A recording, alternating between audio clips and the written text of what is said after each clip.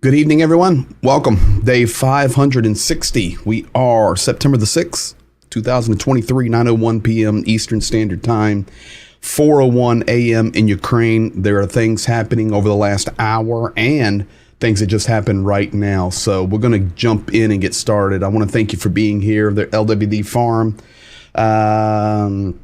My new friend, let's see here. Featherhat. There you are. Appreciate you, my friend. Pat Shof, bless you. Rick Berry, Slava Ukraina, Geroim, Slava Chuck Pinkham checking in from San Jose. Don Gentilini, as always, rock solid. Appreciate you, Lynn. And Harold in Virginia and a heart. Hey, hello from Placer County. That's Northern California. Rick Berry, someone needs to ask Putinsky just who is the real terrorist in his war. Sorry, I'm an angry old man, but enough is enough. Yes, you're an angry old man, and enough is enough. Skeghead, down under, Australia in the house. Hernan Conti, Argentina. Welcome to you, my friend, tonight. Blue over yellow. That's right, remember. Ann Hockett, welcome to you. Matsutsa, what are you doing? What are you doing? Zhenya right now in Amsterdam or Netherlands, I think. Yeah, he's in Netherlands picking up some stuff and rearranging, heading back to Ukraine. Well, call me, you bum. If you're awake, you might as well be with me live. Malcolm, welcome to you from UK.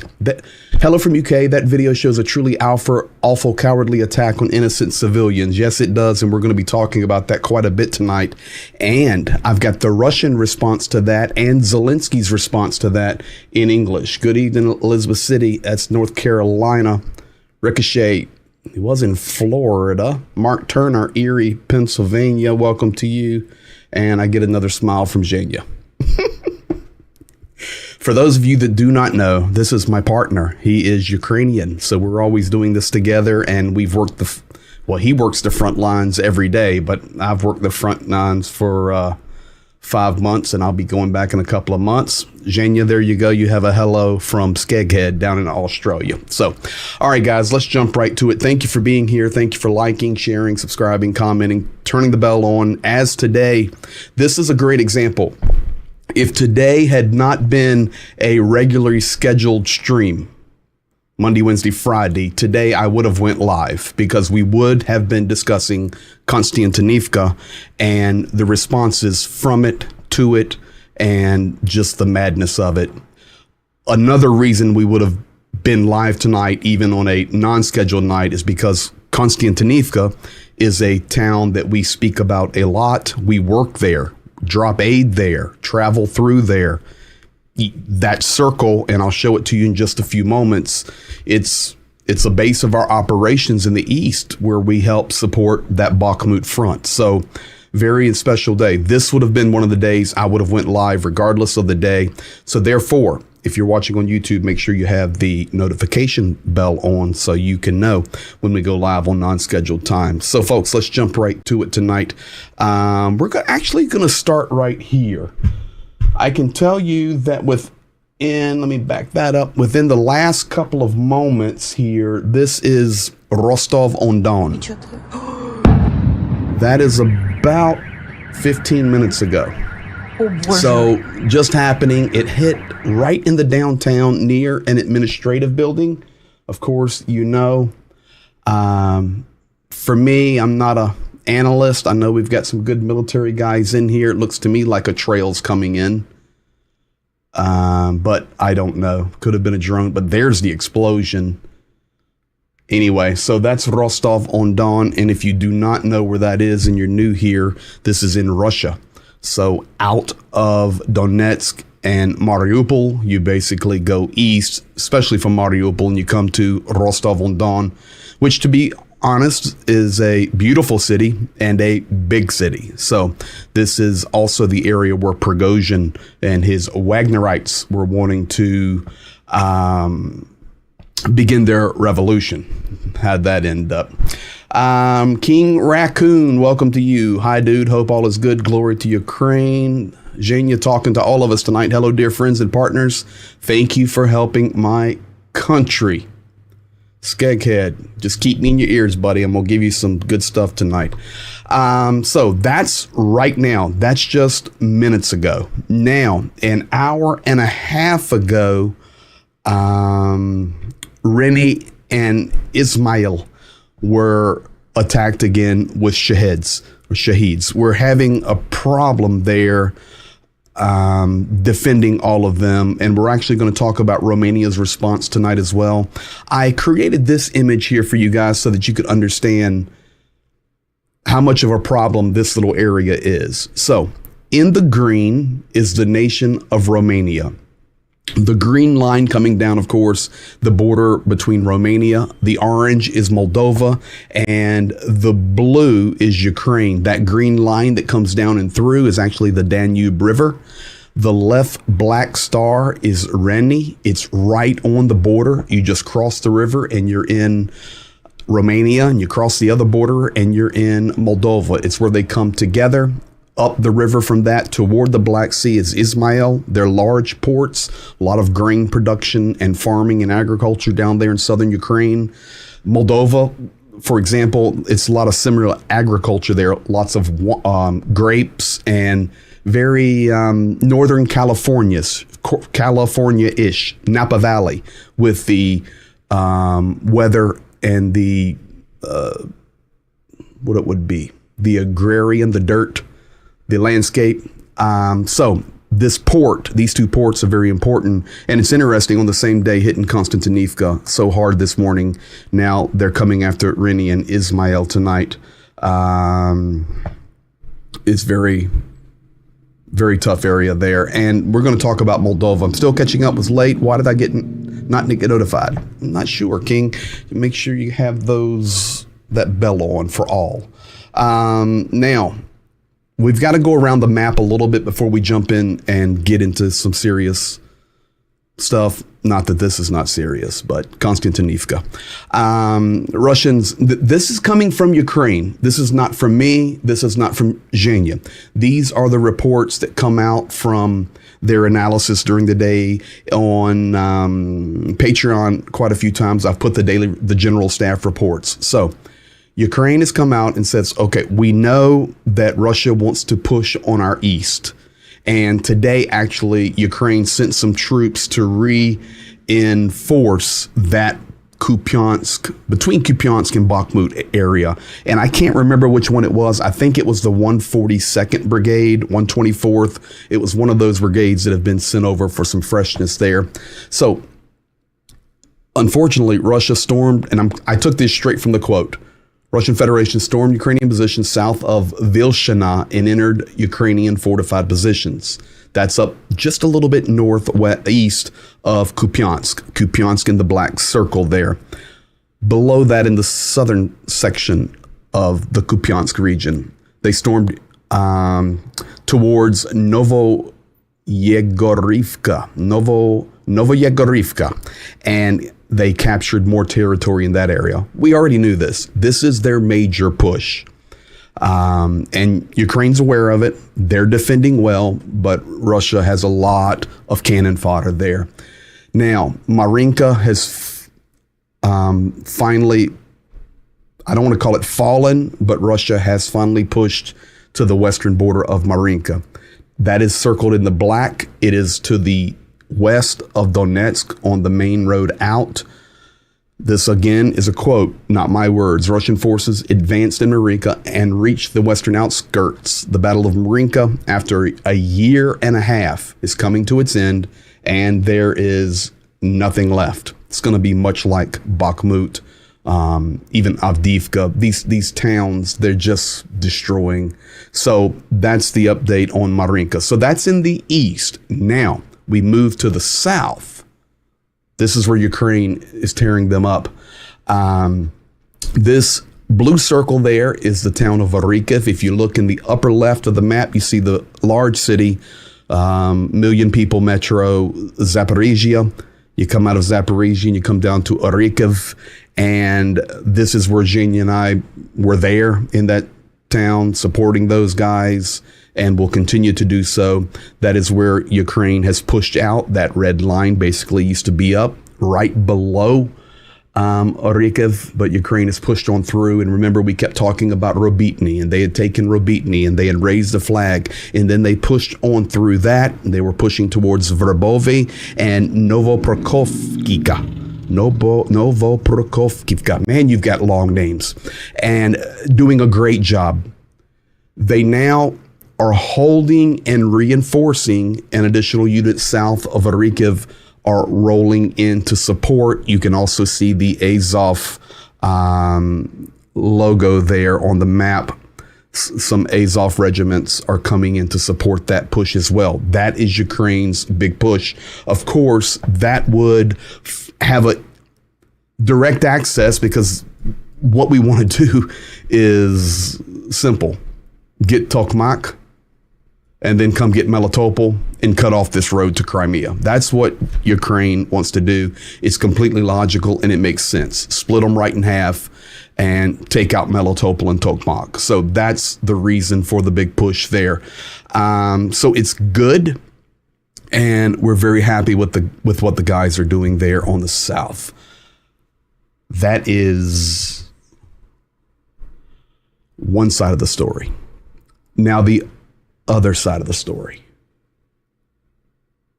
It's terrible.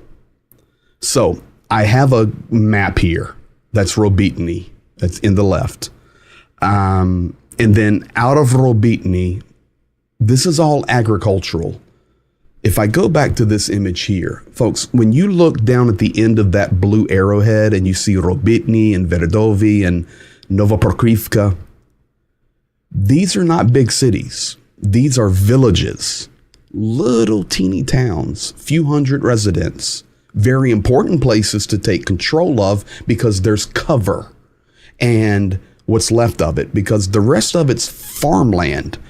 Let me do this. Let's do this here. I'll show you the farmland. If we come down to Zaporizhia, and I'm going to roll you in. I've got to find Orikov, Tokmak. Orikov here, come below Orikov, and you come down to Novodnik, and you come down to Robitny right here. So if you just look out east of Robitny and see they're pushing toward Verbovi, there's nothing there. So Robitny has 25, 50, 100 homes, I'm guessing, max. 5 to a home, 500. There's not 500 that live there, probably 300-400.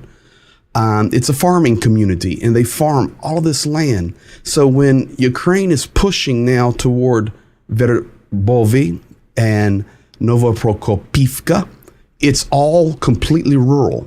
And you may say, okay, well, that would make easy work. No, actually, it's quite the opposite.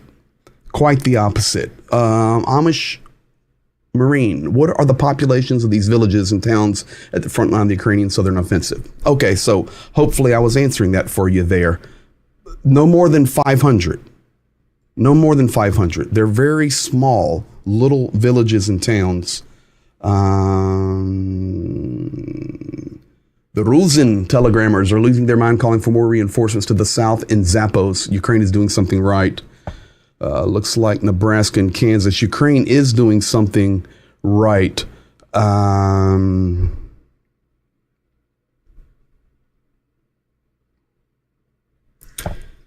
Here's the problem. Go back to this right here. I took that satellite map, throw that on an image, and here's the problem. Every field, so you guys know, you see a field that has a border around it, no matter what country you're in. Every field is completely mined, and all of those red lines, a majority of those are filled with very deep tunnels where the Russians have been embedded. They're there. Even though they're pushing them back, they're there, and it's very difficult to get through this terrain. When they come to the little hedgerows, they look like jungles. They'll have the little tree strips, and then they'll, because it's September, really green, really jungly. So they're facing, the reason it's slowed right there is because the amount of mines is hard to comprehend. Here's a video to show you. Раз, два, три, четыре, пять, шесть. He's counting. 8, 9. Right there. So I'll stop it there. He's on 9.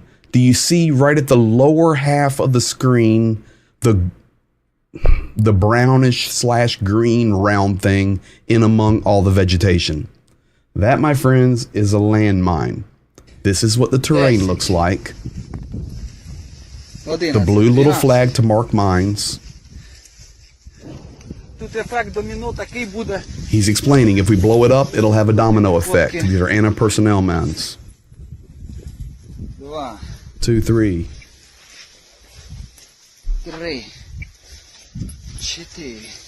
4, 5. So that gives you a view. I mean,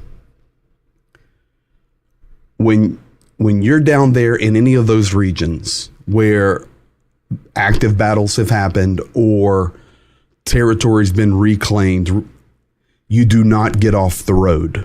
Now, these soldiers are having to work through that difficult situation, and that example is exactly what these fields are full of. Full. And it's slowing down their progress. You know, that's it right there. We need air assets, and here goes the military guys. Time for the M58 Miklik. Go ahead, Ricochet.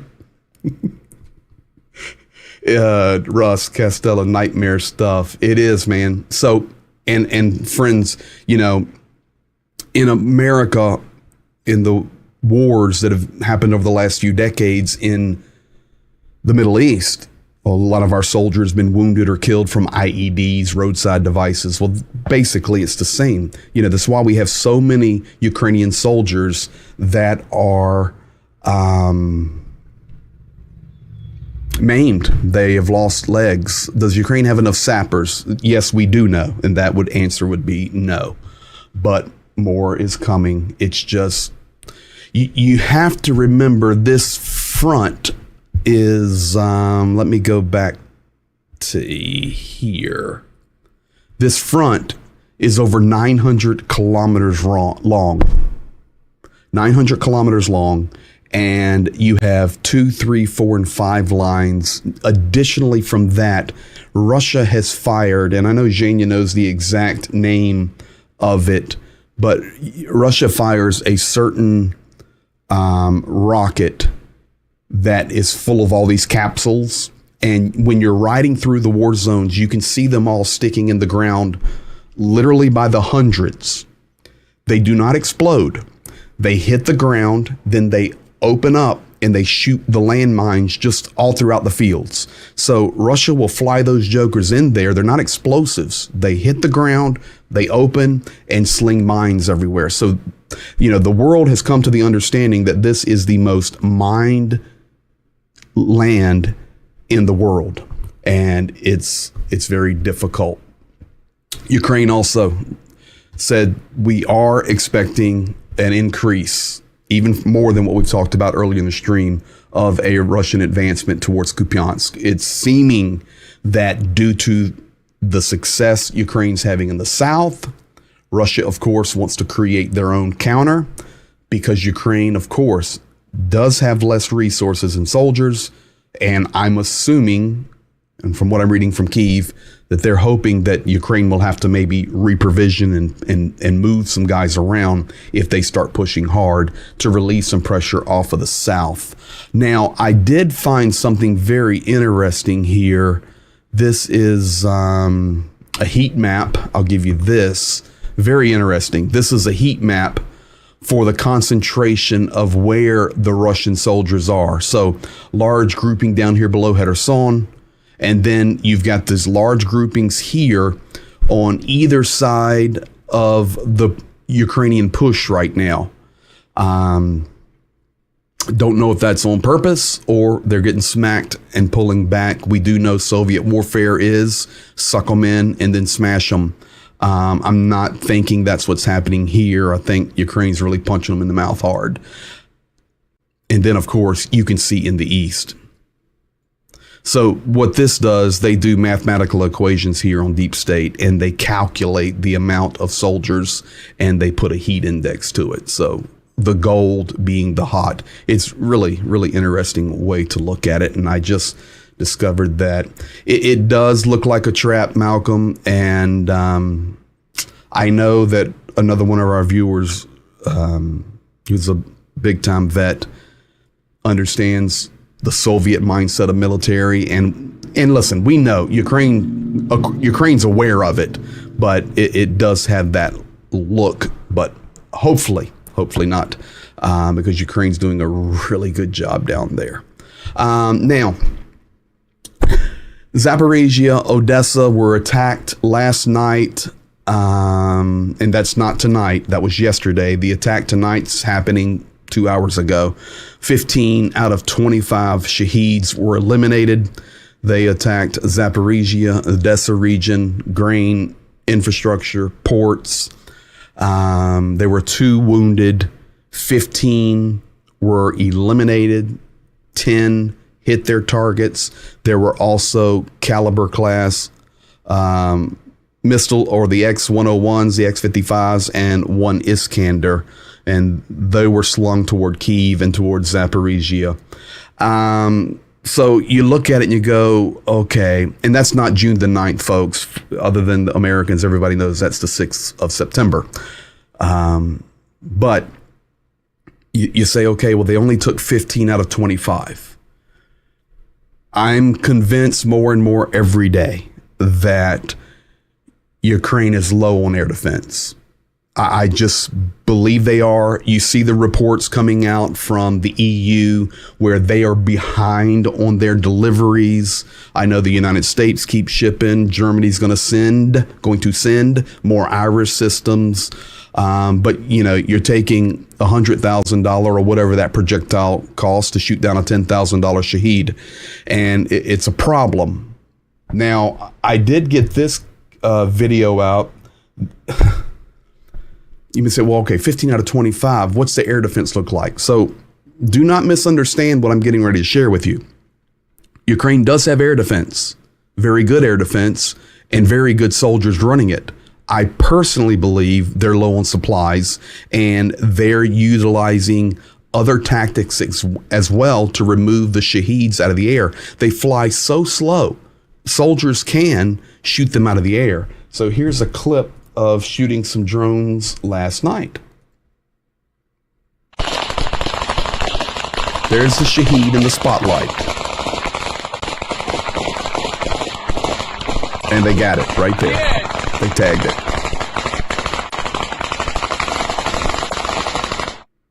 Now, if that's a part of your air defense, not all, of course, but a part, and they see the Shaheed and they go, let's try it with this, let's save our shells for the missiles, you know, some are going to get through, and that's what we're seeing and what we're experiencing. So that's the deal there with the Shaheeds. Now, we have to move to Constantinifka, and this is one of the major stories of the night. I'm going to start by showing you guys where it's at on the big map.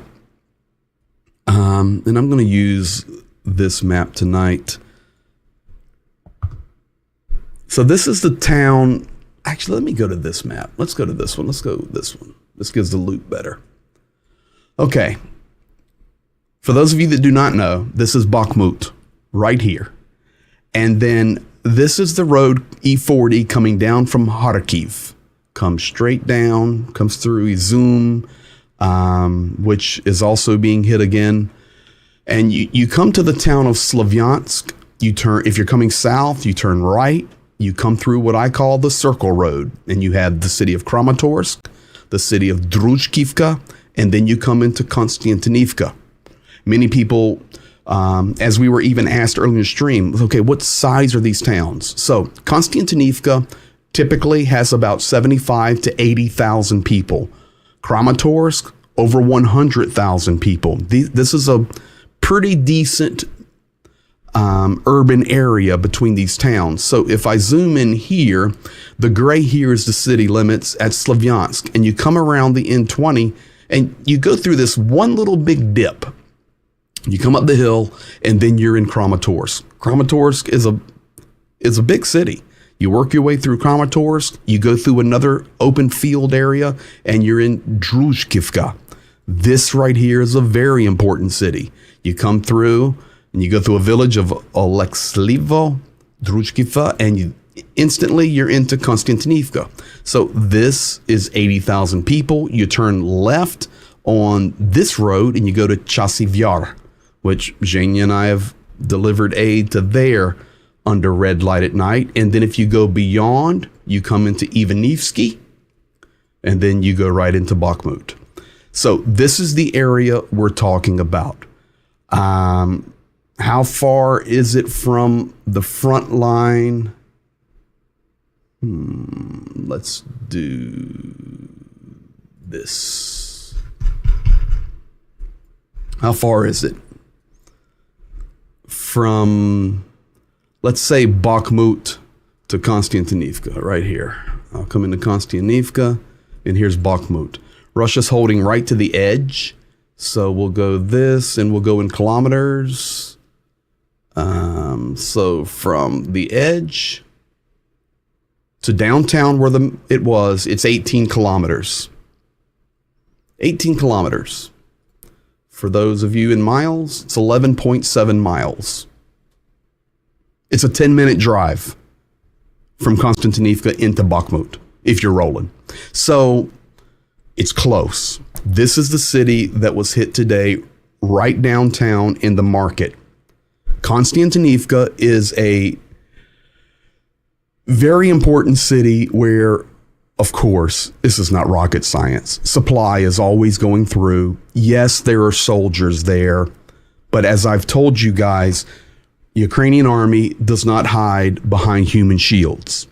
In the downtown, where they're trying to have some sense of normalcy and let the market, and every downtown has a little market street and people have shops and it's the shopping area and it's where people come. That is what was hit. 17 killed and 44 wounded in the central market as of the last few minutes. So the prosecutor general gave their report, and just think about this. There's a couple of pictures on the left. As a result of the impact, 28 businesses destroyed, central electrical infrastructure destroyed, of course, right there in that center area. A government administrative building and a residential building were mutilated, and a fire with an area of 300 meters squared broke out at the point of impact. Ukraine saying it was hit by an S-300.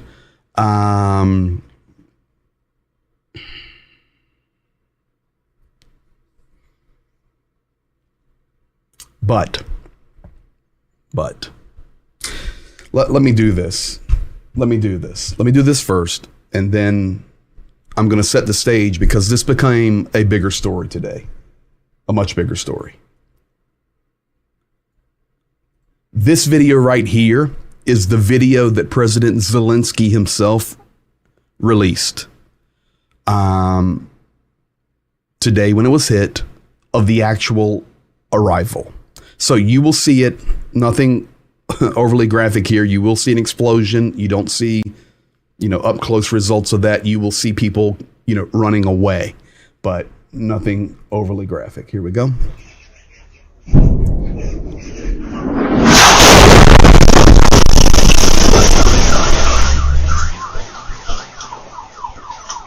(2:04 in the afternoon).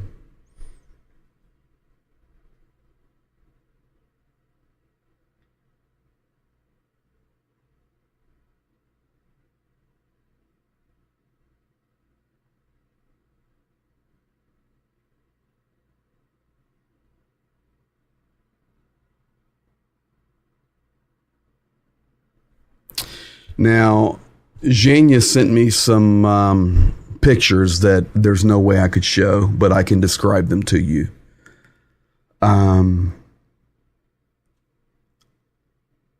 Just, you saw the explosion, and it was really bad. Really bad. Those people never had a chance. And I saw the pictures of those that lost their life, and it was grandmothers and grandfathers and little, young fellows that were running a market, employees of stores. It was terrible. Now, this is an eyewitness immediately after it happened. You'll still see the smoke. Here's the arrival place. The artillery of the Russian occupation forces. Today, our central market in the city of Constantinifka. There are many dead and many wounded. The state emergency service and the police are working right now.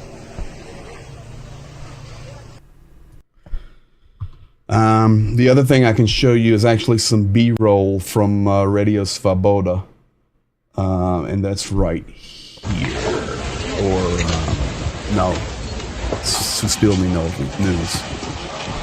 So they were there shooting film. Got that.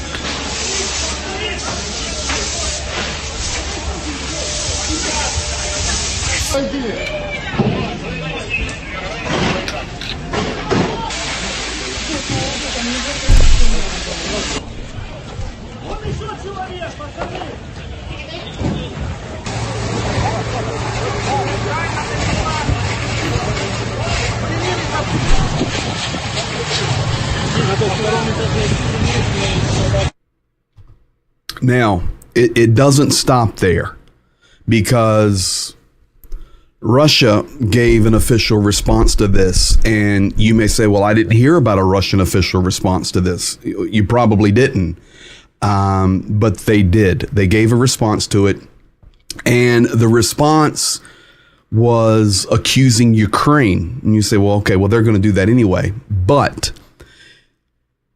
over there, Ukraine, Russia, Eastern Europe, the accusation was so strong that President Zelenskyy even responded to the accusation. I've got both for you. So here is the Russian response. They state,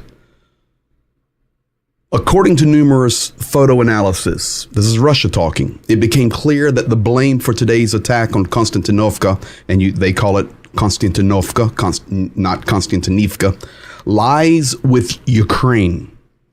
Honestly, I don't think it was made specifically for the visit of the U.S. Secretary of State, Blinken, to Kyiv. It was a coincidence.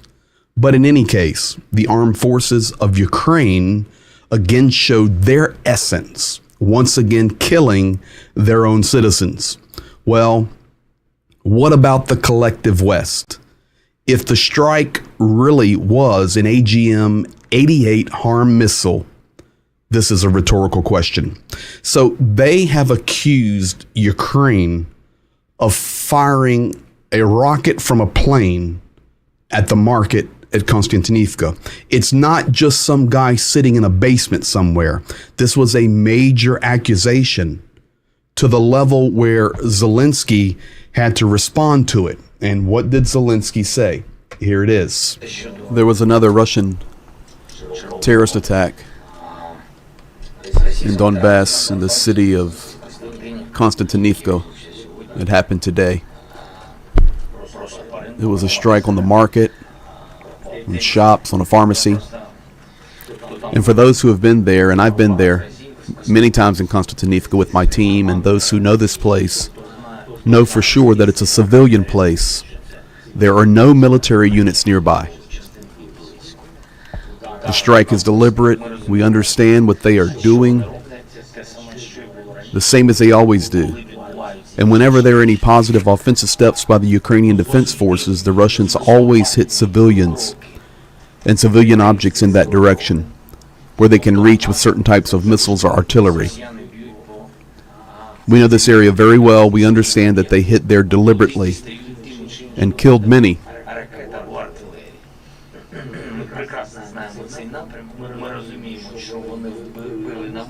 At this particular moment, the information that I have is probably not exactly correct because it's still working, but as of now, 16 dead and 20 wounded. Another deliberate terrorist attack by the Russian Federation. I know that there are already statements from the Russian side that somehow our plane hit the wrong place, that we struck it. This is an absolute lie. We understand what's going on out there, what types of weapons they use to hit us. They always strike in this region, and now they have deliberately targeted the market, just specifically the market, therefore defeating this terror. And there is no other way to call it. This Russian terror is a task for all of us, everyone in the world, Ukrainians, and all of our partners. So there you have it. The accusations were strong enough that even the president of Ukraine himself responded to it. So it's not just, oh, it was a hearsay or a rumor or something flying around Twitter that Ukraine did it. It was a pretty big media assault that Ukraine struck their own people, of course. And that's their story. That's what they do. And he responds to it. So that's Kostiantynivka, and a very, very, very terrible day over there.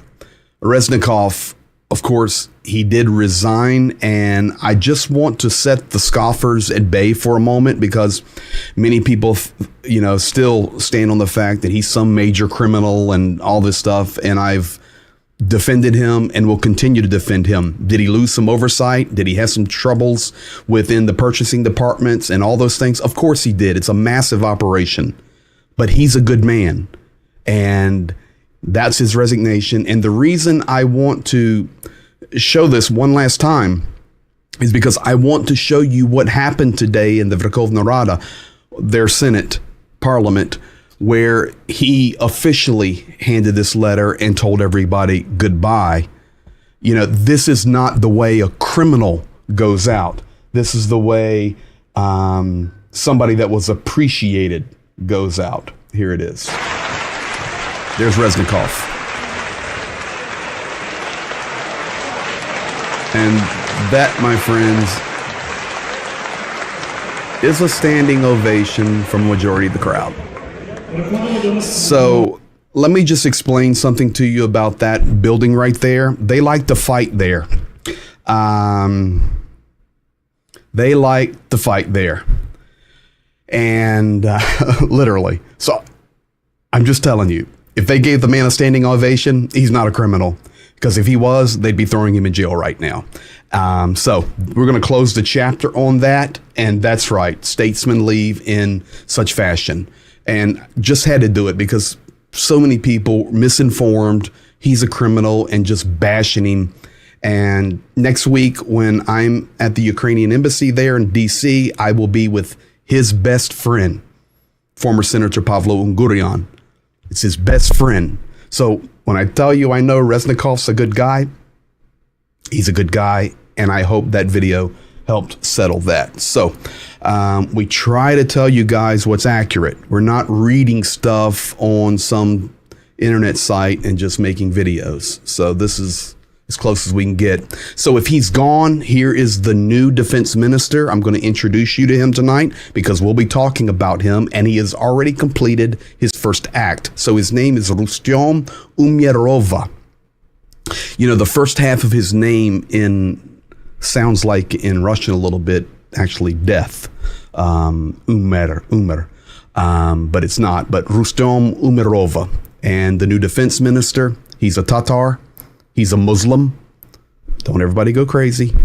Over on the right is the official voting board, where I can translate it for you. It's for the vote for him. It was 338 voted za, which is yes. 0 voted proti, which is no. The next one Utrimalis is thinking, and 21, no voice. Wasn't there. Total 360, 0 against him. This is a good guy. Who is he? And why did Zelenskyy put this guy in? Well, here is some of the reasons, and I'm quoting this directly from Ukraine. No one spoke out against Umarov from different political camps, nor from anti-corruption public organizations. On the contrary, they all agreed, multi-parties agreed, this would be the best personnel decision. Umarov is a balanced figure who has the approval of public organizations, understands authority, has international experience and connections. He also speaks Ukrainian, Russian, Arabic, and English. Hello. After the start of the full-scale Russian invasion, he became part of the Ukrainian delegation for negotiations with Russian representatives in July 2022. So you remember early in the war, there was a group of like 8 people from Ukrainian side and about 8 from the Russian side, and they were trying to negotiate a peace. He was on that team. In July 2022, he headed the temporary investigative committee to monitor the use of military aid to Ukraine. He was one of the guys that was checking over it, making sure they were receiving and it was getting to the places it was supposed to and report back to foreign nations. September 22, he was appointed head of the State Property Fund. Good reputation. He's been in office without scandal and conflict. Judging by various sorts of information, it was he who took part in a number of international negotiations, in particular, search for military supplies in non-Western countries, meaning Middle East. He is the only one in leadership of the state. Listen to this. He's the only one in leadership of the state with whom the president of Turkey, Erdogan, can communicate directly. It seems that in Zelenskyy's team, Umarov is unofficially responsible for negotiations with representatives of the Muslim world. Political experts note Umarov's excellent reputation in Ukraine and among Western partners. Currently in his sphere of influence are negotiations with Turkey and Saudi Arabia regarding the release of Ukrainian prisoners of war, in particular the defenders of Mariupol. He was the guy that got the Azov guys released, working with Zelenskyy from Turkey. He also participated in the peace formula in the Saudi Arabia meetings. So the guy's legit good guy. Antony Blinken was in D.C. today meeting with Dmitry Kuleba. He did not meet with Zelenskyy. He met with the foreign minister. Kuleba, here is the report. I'm here first and foremost to demonstrate our ongoing and determined support for Ukraine as it deals with this aggression. We've seen good progress in the counteroffensive. It's very heartening. We want to make sure that Ukraine has what it needs not only to succeed in the counteroffensive, but has what it needs for the long term to make sure that it has a strong deterrent, a strong defense capacity, so that in the future, aggressions like this don't happen again.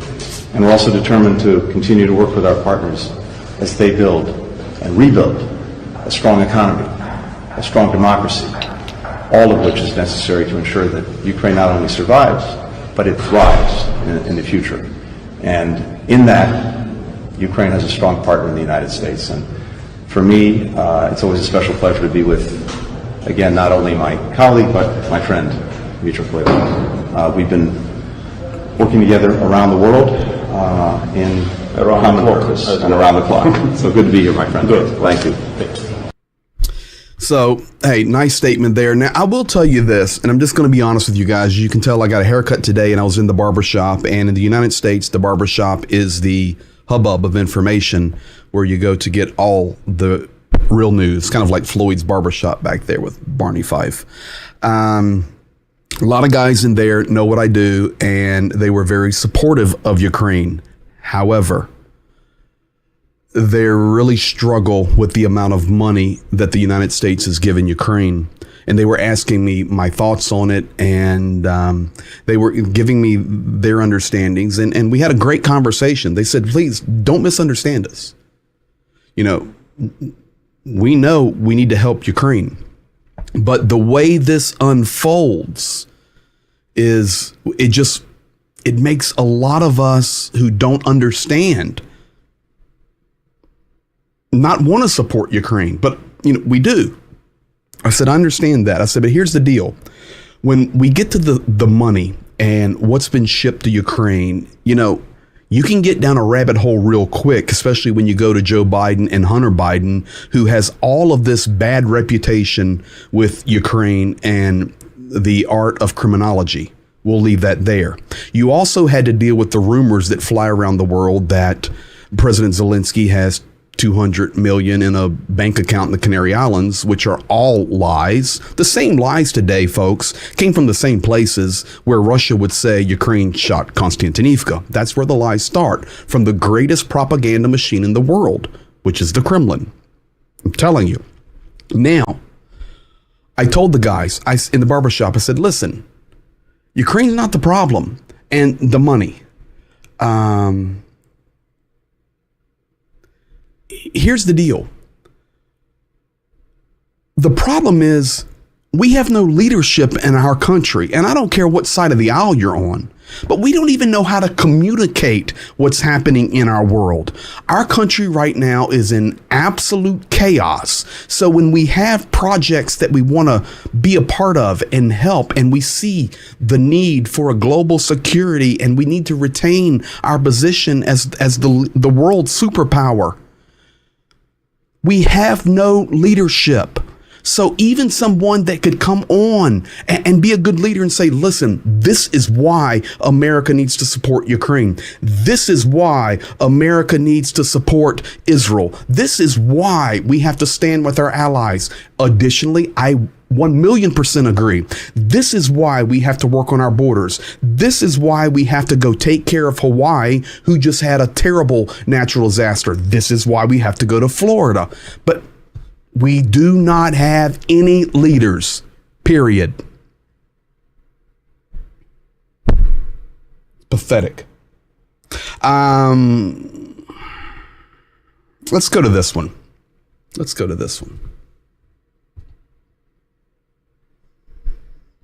After Blinken left, actually, no, let's do this first. Let's show, this is cool. You may not have seen this. After their big meetings between Blinken and Kuleba, that's pretty big, Foreign Minister and Secretary of State, announcing aid, $175 million in new military aid. They went for a very high-level dinner. I'm talking high level. It's because of my doctor advice, but I have the same. But I cannot. I think a cheat meal is something that she will forgive me with you. Once at least. Yeah. Okay. We had where I used to live. In They're sitting there telling stories about their families. Very good breakfast sandwich. Very good. When I was a student, my best hangover food was actually to go to McDonald's. Well done. I'm sure that was a rare, very rare. Very, very rare, of course. But I would go to McDonald's and buy double cheeseburger, big Coke, and that would be my hangover breakfast. That never happened to me, so. You guys should get some food while you're here. We've been waiting for you. Is that right? Enjoy it. We already ate. Oh, good, okay. How was your previous meeting? The previous meeting was very good, but I thought it was appropriate to make sure that we celebrated with some French fries and cherry pie. For those of you who don't know, I will tell you the story that we had in one of our phone calls. I mentioned to Secretary Blinken that McDonald's left Ukraine and they're not coming back, and it's a very bad message because people lost jobs, suppliers lost contracts. And I said, life is coming back. I think it would be a very important message if McDonald's could come back as well. And the Secretary said that he heard me and he will look hard at what can be done. So, hey, I just like stuff like that. Dmitry Kuleba is a fantastic guy. A couple of reasons I showed you that. Remember, these are human beings. You have Blinken and Kuleba there in a McDonald's eating, and after their big negotiations and chats, it's pretty cool. Secondly, they're just telling personal family stories. And then Kuleba tells the story. All the McDonald's closed. I was talking to Blinken and said, can you please help us get McDonald's back open?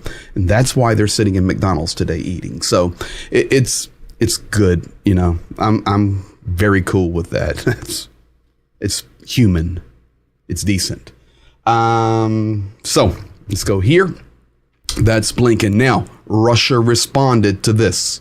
They said the new 46 package of American assistance to Ukraine does not represent anything interesting except for 120 millimeter uranium armor piercing shells for M1 Abrams tanks. And I highlighted that in red, which apparently will be transferred to Kyiv in the near future. A total of 175 million worth of weapons and equipment is allocated. And look what they write. And again, we note a drop in supply volume. The nomenclature, in addition to the mentioned shells, is standard, spare parts, ammunition, grenade launchers, cartridges for small arms equipment. Last statement, it's not an offensive set. It's a way to support your pants and try to save your face. Will this change in the near future, the next year? We'll see. Here's the point. That's exactly the game Russia plays. They watch everything. They give their statements. Most of the world do not see their statements because they give them in Russian. But that was their response to that. But notice what they paid attention to. The armor-piercing shells. But number two, they're watching the amount of supply coming. So they've noticed that the United States has a drop in supply over previous. And they also know EU been out over the last 2 days and said publicly, just Google it, we're way behind in our supply of what we're supposed to have in Ukraine. And you've seen the articles, EU to double munition production. It's not because they're doubling it to double it. They're doubling it because they're behind. They haven't given the complete numbers on projection what they promised. So once again, leads into my thinking that Ukraine a little light on air defense supplies right now, personal opinion. And there's no way anybody will ever know those answers officially. Good versus evil. Good on the right, by the way. Evil on the left. Do you guys realize that in Russia, the main story going on right now is the Nazis in Ukraine? The same story they've been pounding and pounding and pounding for years. They're still pounding it.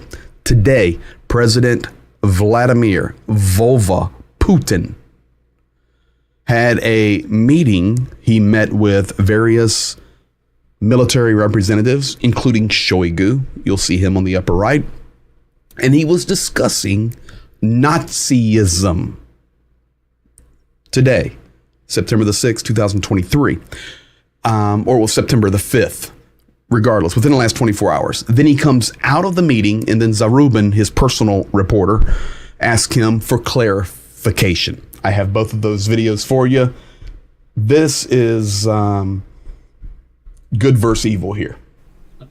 The attitude of the world to the events related to the time before the beginning of the Second World War and how that unfolded, that now gives us an understanding of what's happening in the modern world.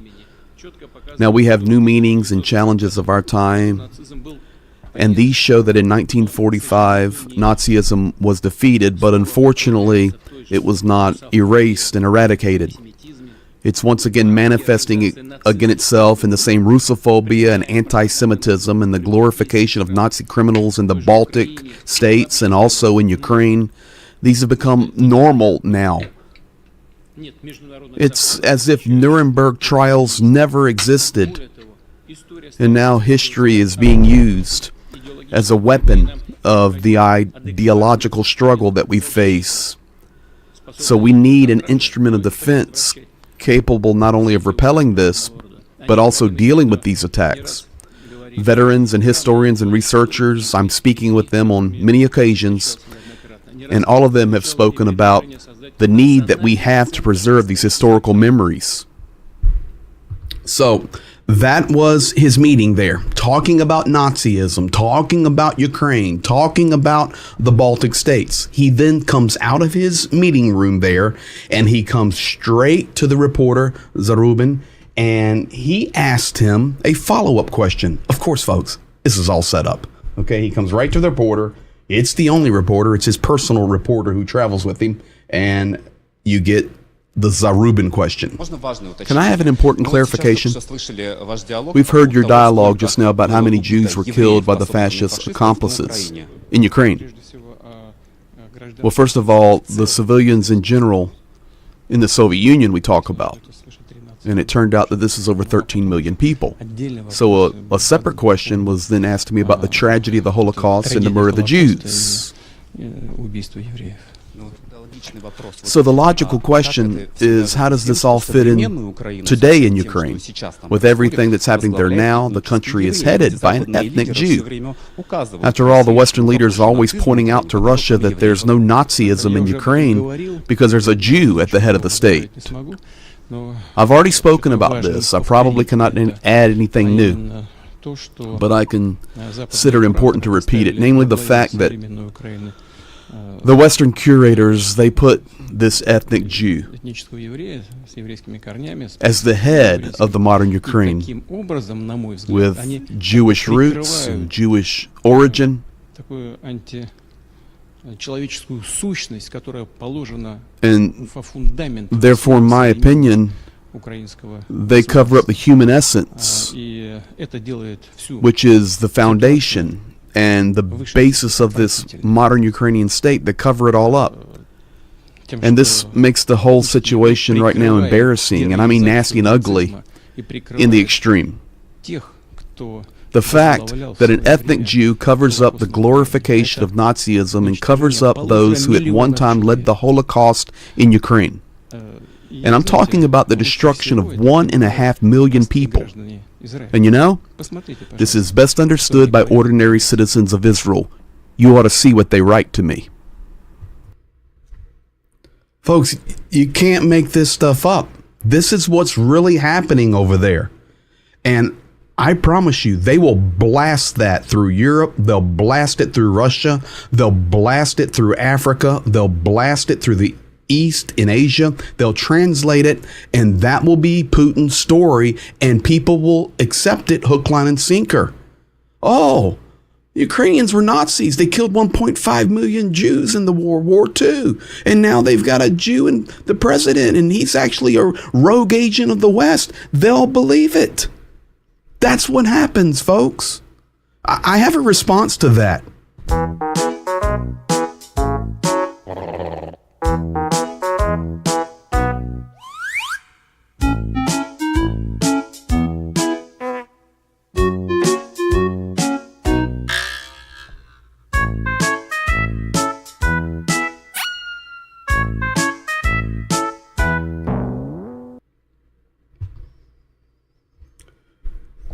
That's my response.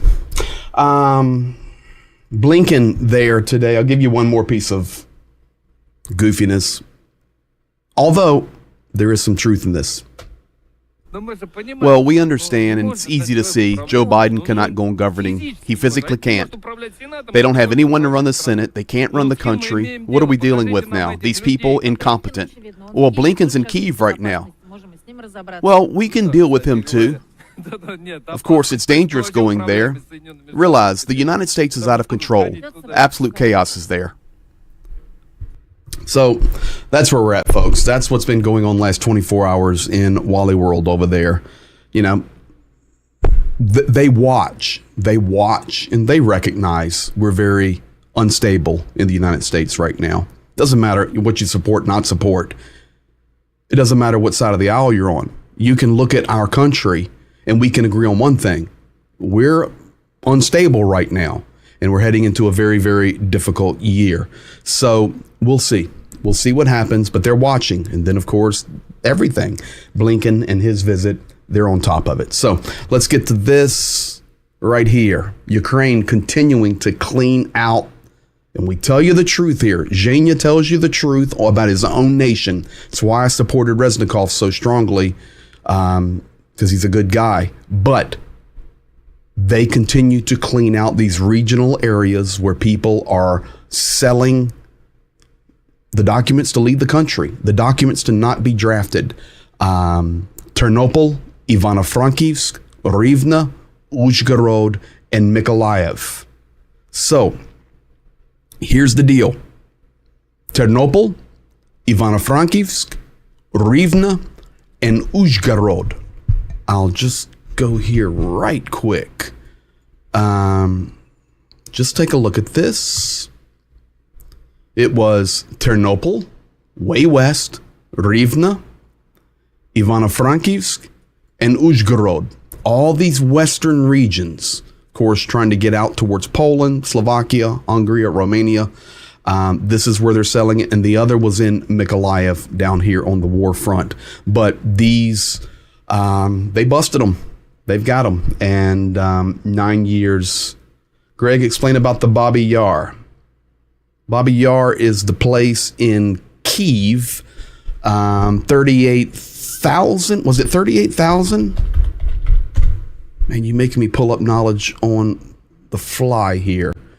I nailed it. 34,000 Jews were killed. World War II. It was a massacre. And where it happened actually is, I've shown you the statue to the motherland and the big Ukrainian flag flying there. Right down from that is Babi Yar. And that is the ravine where the massacres were carried out. And the official number is 33,771 Jews were killed. It was terrible. It's estimated that at the end of it, that was the Babi Yar massacre, but it is estimated that through the war, and that was 1941, but it was estimated that the German army, killed between 100,000 and 150,000 Jews there in Kyiv. So that's Babi Yar. It was not Ukrainians doing it. It was Jews. It was Germans, Nazis. It was Nazis, Germans. It was not Poles. It was not Ukrainians. It was not even Russians. It was Germans. But they have rewritten that history now and accuse Ukraine. This is the first statement made by Umarov. His official declaration comes right on the heels of this, of these guys being dug out today. He said, corrupt officials are equated with terrorists.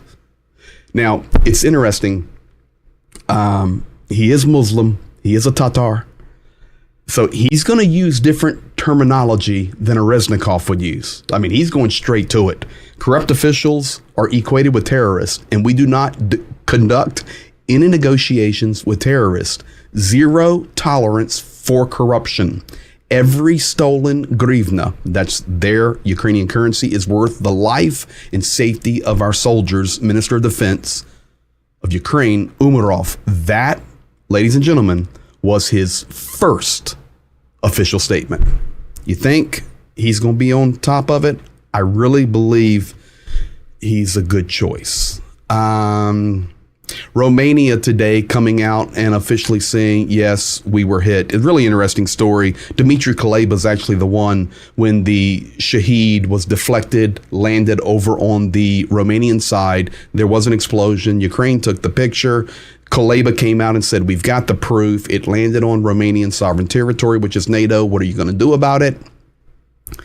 At that point, Romania denied everything. Now Romania comes out. One of their news agencies actually went over, found the impact area.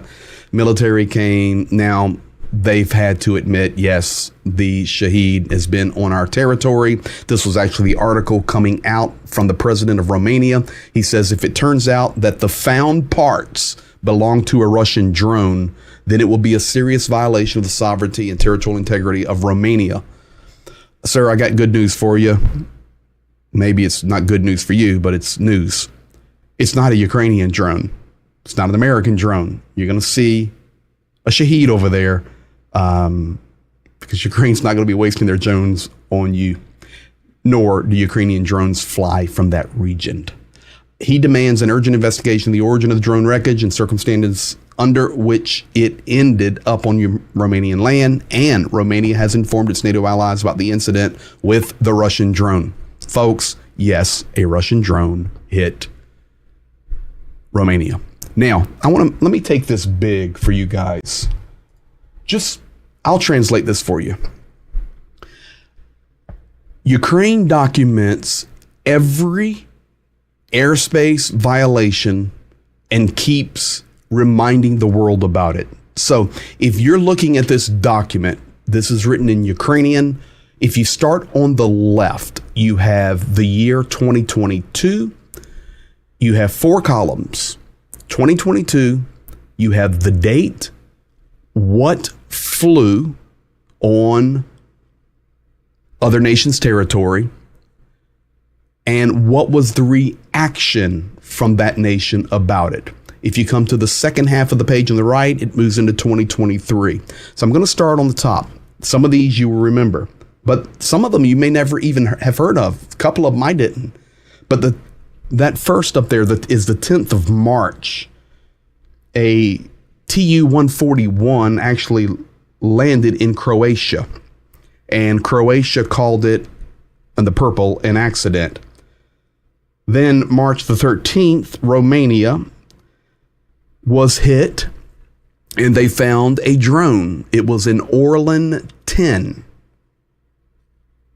That day, Romania called it a civilian drone. It didn't appear to be a military drone. July 21st, Bulgaria hit by a Panzer S-1. Bulgaria warns Russia, don't do it again. October the 10th, 2022, Moldova, Cruisair goes into their airspace. What did Moldova do? They called the ambassador in. October 31st, 2022, Moldova, missile fell on their ground. They expelled 1 diplomat. November 15th, 2022. Poland, that was the famous one. The missile fell, 2 deaths. People still blame Ukraine for doing that. December 5th, Moldova hit by an S-300. They condemned the attack. December 16th, Poland hit by a KH-55 piece. Poland says we will use restraint and hold back. February 10th, 2023, Moldova. Missile was fired through their airspace. It was denied that it crossed into Moldovan airspace. And then September the 4th, the Shahed drone dropping on Romanian ground. At first, it was denied. Now they're having to come out and say it's done. So those are the airspace violations. I can also tell you that Kerch Bridge is repaired.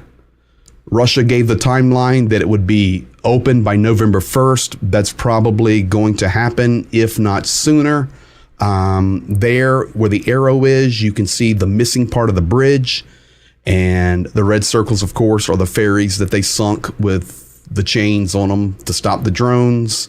That's not part of this, showing you the empty part. Zoomed in there, that's the missing part. And here is, let's see, Kerch right here. You can see the before and the after. Before, after. So that image there, September 2nd. This image, September 5th. So that is back in place. That's the update on the Kerch Bridge. Russians are voting in the fake elections on the occupied territories of Lugansk, Donetsk, Zaporizhia, Kherson, and Crimea. This is how they do it. The election is actually September the 12th, but they're doing early voting. And the girls walk around the election boxes and they go door to door with a soldier. The soldier just carries a big gun. That's what they do. And you give your vote. What a joke. Also, a side note, conscription. You're not going to hear anything about conscription in the occupied areas until the election's over. So after September 13th, they'll keep that quiet. So this is what's happening on the voting front. Finally, mindset. Why do we support Ukraine? A, because it's right. B, 26 years of my life and have been working in Ukraine, and it's my second home. So we're here, do peremoga, until victory, and we will not stop. But we support good people. We support good soldiers, many of whom are our friends, many you've seen on these streams and updates. But the Ukrainian mindset, these soldiers, they're in they're in a good mindset right now. Attitude affects behavior, affects action, and will give success. Here is something I want to show you. So let me translate it now. Basically, it's these soldiers standing here, and he says, we're going to go to Crimea. We're going to go take Crimea. But first, we're going to have some time together and celebrate our barbecue. Get ready, and we're going to Crimea. These are some Ukrainian soldiers. Ну що, друзі, коли в Крим поїдемо відпочивати? All our friends, we're going there. Ще дожаримо і їдемо. But we got to finish our barbecue first. Чекаєте? Now, I will tell you this. I love this cat right here. Okay, do you see the guy in the beard front left? Of course, you see the wounded guy up there. He's still there fighting. Look at the age of these guys. Pay attention. These are 40-year-old guys and 50-year-old guys. Ukraine's got to get the young guys, and it's happening. But look at the look of the guy on the left behind the bearded guy who was speaking. I'm going to be honest with you.